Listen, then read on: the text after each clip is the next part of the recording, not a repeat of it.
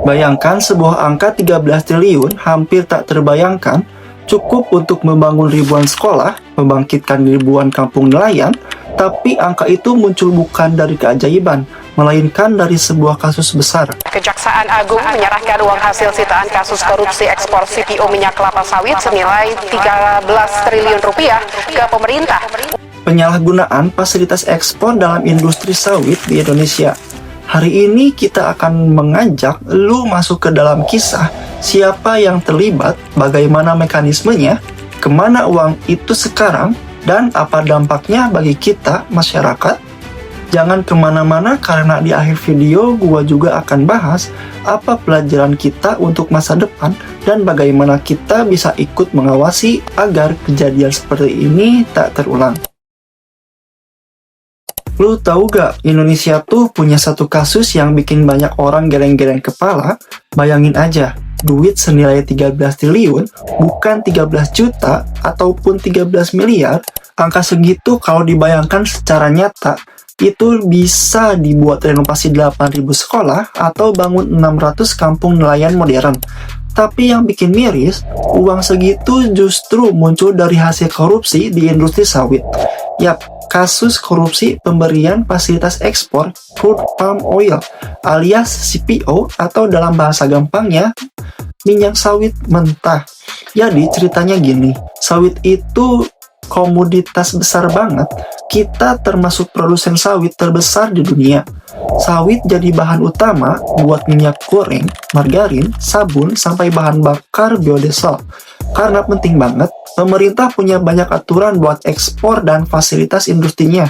Nah, justru disinilah pintu masalahnya. Kebuka sekitar beberapa tahun terakhir, muncul dugaan bahwa ada perusahaan-perusahaan besar yang manfaatin fasilitas ekspor secara nggak sah atau nggak sesuai aturan. Bahasa gampangnya, ada permainan di balik meja.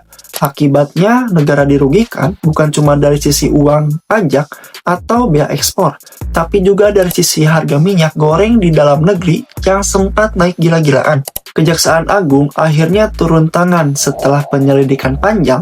Beberapa grup besar industri sawit ditetapkan sebagai tersangka korporasi. Namanya bukan kaleng-kaleng, antara lain Wilmar Group, Musimas Group, dan Permata Hijau Group.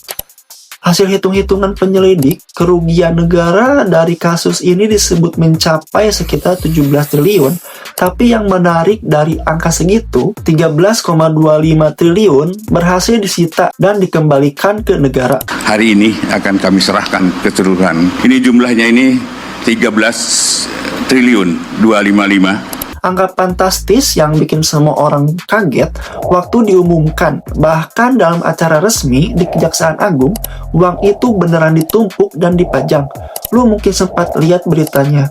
Ya, tumpukan uang itu merah 100 ribuan sampai hampir nutup ruangan. Cuma itu baru sebagian kecil dari 13 triliun itu sendiri. Dalam secara penyerahan uang sitaan itu, Presiden Prabowo Subianto dan Jaksa Agung ST Burhanuddin hadir langsung. Mereka ngumumin kalau uang hasil sita tersebut CPO itu udah dikembalikan ke Kementerian Keuangan. Saudara-saudara, 13 triliun ini kita bisa perbaiki renovasi 8.000 sekolah lebih. Sekarang kita memperbaiki, kita membangun desa-desa nelayan dengan fasilitas modern. Rencananya sampai akhir 2026 kita akan dirikan 1.100 desa nelayan tiap. Dan dari sinilah semua mulai ramai dibahas. Orang-orang nanya gimana bisa industri sawit, sektor yang katanya jadi andalan negara, justru jadi lahan buat korupsi sebesar itu. Karena jelas angka segede itu nggak mungkin cuma hasil dari 1-2 orang main belakang. Ini sistematik, terstruktur, dan butuh waktu lama buat jalan. Jadi gini ceritanya, pemerintah waktu itu ngasih fasilitas ekspor CPO buat beberapa perusahaan besar. Tujuannya sebenarnya baik, biar ekspor tetap jalan, devisa negara naik, dan industri sawit bisa bertahan di tengah tekanan harga dunia. Tapi masalahnya izin dan fasilitas ini disalahgunakan. Dalam kasus ini yang terjadi adalah perusahaan-perusahaan besar dapat izin ekspor padahal belum memenuhi syarat tertentu. Misalnya, seharusnya sebelum ekspor perusahaan wajib memenuhi pasokan dalam negara dulu. Istilahnya Domestic Market Obligation atau DMO. Tapi faktanya beberapa perusahaan tetap ekspor besar-besaran walau kebutuhan lokal belum aman. Akibatnya, stok minyak goreng di dalam negeri menipis, harga naik, dan rakyat kecil yang paling kena imbasnya. Nah, keuntungan perusahaan dari situ gede banget. Mereka bisa jual CPO ke luar negeri dengan harga lebih tinggi, sementara kewajiban buat pasar lokal dilanggar. Kalau dihitung selisihnya harga ekspor dan harga dalam negeri itu yang bikin uang triliunan rupiah mengalir di kantong mereka. Itulah yang disebut penyidik sebagai kerugian negara sekitar 17 triliun. Disinilah peran pejabat mulai dipertanyakan. Karena izin ekspor itu kan nggak mungkin keluar tanpa tanda tangan pejabat tertentu. Artinya, ada indikasi persekongkolan nih antara pelaku usaha dan oknum dalam sistem birokrasi. Ada proses yang seharusnya diperiksa ketat, tapi malah diloloskan. Dan begitu satu pintu kebuka, perusahaan-perusahaan lain ikut main dengan modus yang sama. Kalau lu lihat dari sisi teknisnya, modus ini kelihatannya sederhana. Dapat izin ekspor secara tidak sah, ekspor besar-besaran ke luar negeri dengan harga tinggi, abaikan kewajiban suplai dalam negeri, negara rugi, rakyat sengsara, perusahaan kaya raya. Tapi yang bikin berat adalah skalanya. Ini bukan soal 1-2 izin, tapi puluhan izin ekspor yang dikeluarkan dalam periode tertentu. Jadi, wajar kalau nilainya bisa sampai belasan triliun rupiah.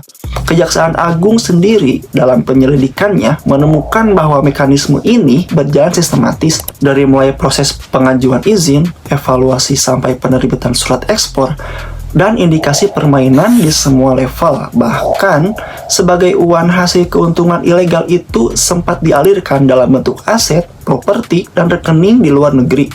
Makanya, proses penyitaan bisa sampai bertahun-tahun karena enggak cuma duit cash yang dicari, tapi juga aset-aset bernilai triliunan rupiah.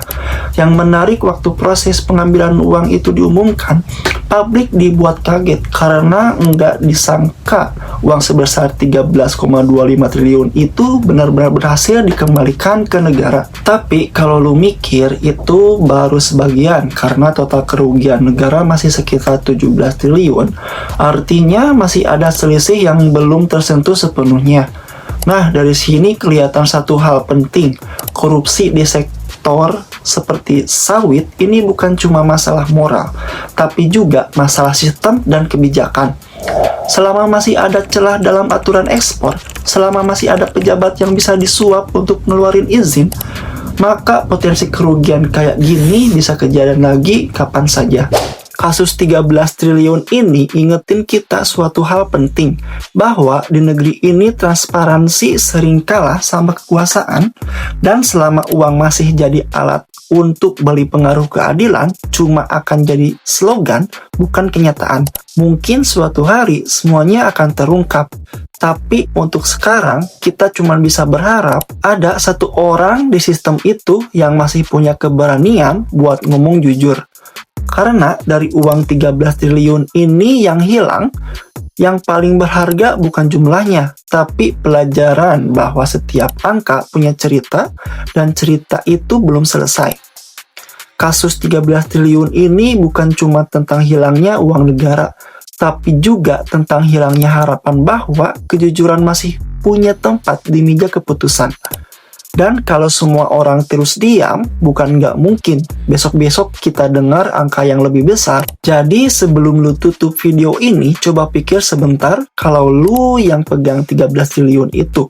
Apa yang akan lu lakukan? Lu simpan, lu bagi, atau lu ubah jadi sesuatu yang benar-benar bisa ngasih manfaat buat orang banyak? Karena di akhir semua ini yang membedakan pelaku korupsi dan orang yang biasa bukan seberapa besar uangnya, tapi seberapa kuat iman dan integritasnya waktu punya kesempatan buat nyolong tapi milih enggak. Dan itu sesungguhnya yang nggak bisa dibeli bahkan sama 13 triliun sekalipun. Jangan lupa subscribe, share, dan nyalakan loncengnya. Sampai jumpa di next video. Bye-bye.